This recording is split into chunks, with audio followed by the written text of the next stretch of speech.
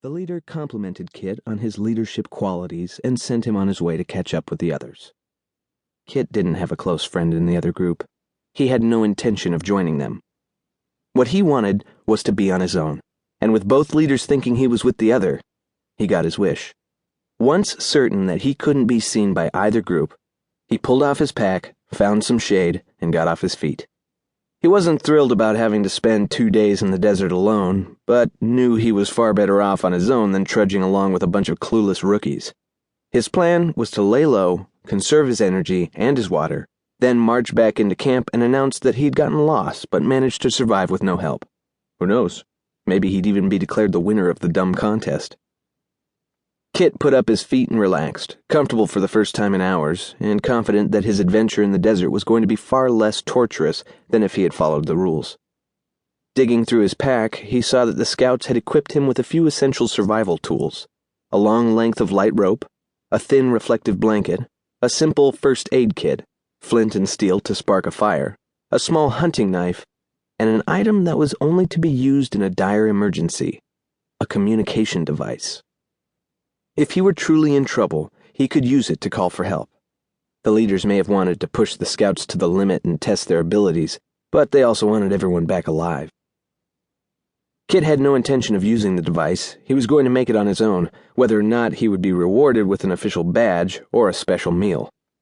Knowing that as soon as night fell the desert temperature would plunge from searing hot to bone-numbing cold, Kit erected a simple shelter using lengths of scrub that he had propped against a wall of rust-colored rock.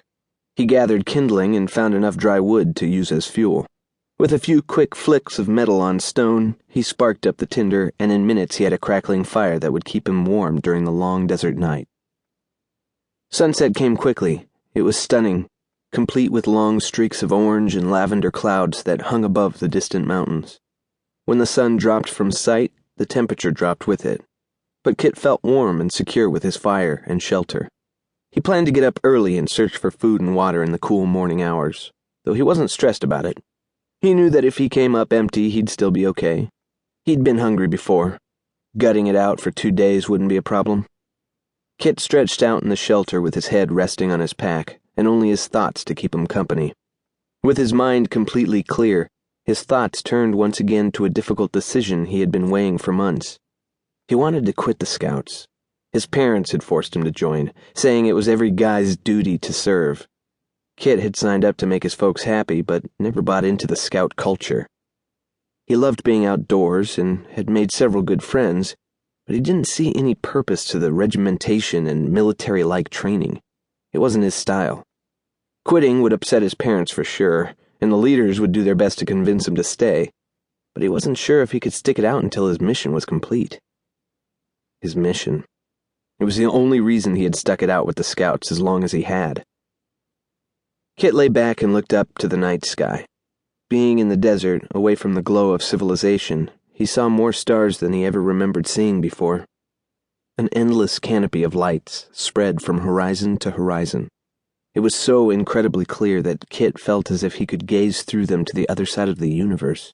The immensity of it all was both staggering and humbling as he tried to comprehend how many different worlds he might be viewing, how many civilizations, how many people, how many lives were beginning and ending at that exact moment.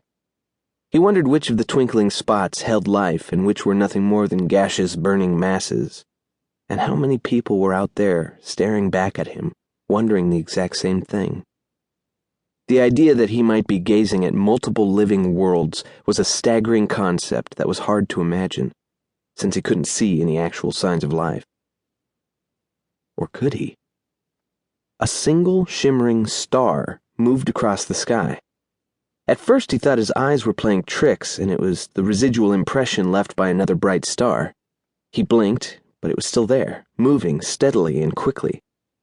Kit sat and tracked it until it disappeared behind the distant ridge of mountains. The sight threw him. Speculating about the potential for life while gazing at a billion stars was one thing.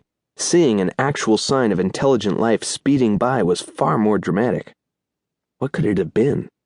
A satellite? A space station orbiting the globe? Or was it a craft from another planet swinging by to take a peek at his home? Seeing that tiny speck of light